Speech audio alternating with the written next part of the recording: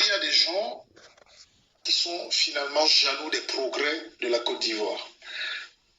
Parce que ça vient démentir, détruire leur thèse, selon laquelle tous les pays francophones sont voués à l'échec et au suicide. Non, il y a des pays africains où on travaille. Il y a des pays africains où on est ouvert. Il y a des pays africains où les gens veulent avancer.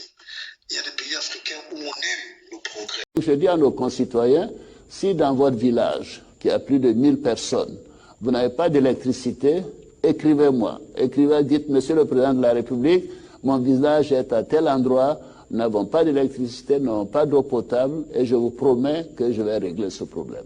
Dans le cadre de ce programme Eau pour tous, 1,5 million de familles seront bénéficiaires d'un branchement en eau potable. À ce stade, plus de 300 000 personnes ont déjà reçu leur compteur subventionné. Je suis Madame Kwaku Paulette.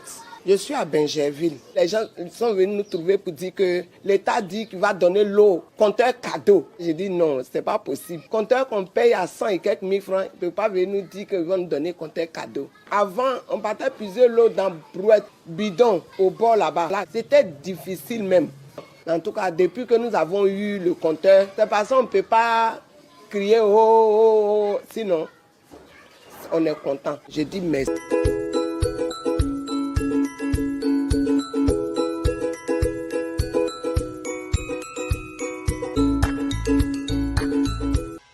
Ce que je voudrais, moi, c'est qu'à un point donné, surtout en 2025, nous ayons la satisfaction de voir que 100% des localités en Côte d'Ivoire sont électrifiées. Nous sommes très très contents parce que on vivait dans l'obscurité. Maintenant que le courant est venu, nous sommes très très contents. Vraiment, on dormait dans l'obscurité aujourd'hui là. On ne va plus dormir dans l'obscurité. Je suis en joie aujourd'hui, je suis heureuse. Le taux de couverture de 28% en 2011 dans la région est passé à 88% en 2018. Quand le sous-préfet enclenche la manivelle qui permet d'allumer les lampadaires, c'est l'hystérie. Ce que Ouattara dit, il fait. Il est puissant, dépasser tout le monde.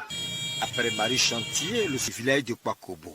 Ici également, la joie est grande.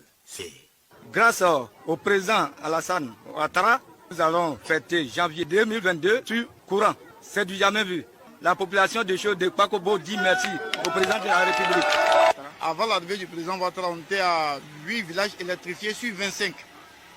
Nous sommes à 24 villages électrifiés sur 25. Et le dernier village est en cours d'électrification. Les travaux sont presque achevés. Alassane Draman Ouattara, il m'a fait la promesse qu'il allait me faire sortir des ténèbres. Aujourd'hui, c'est effectif.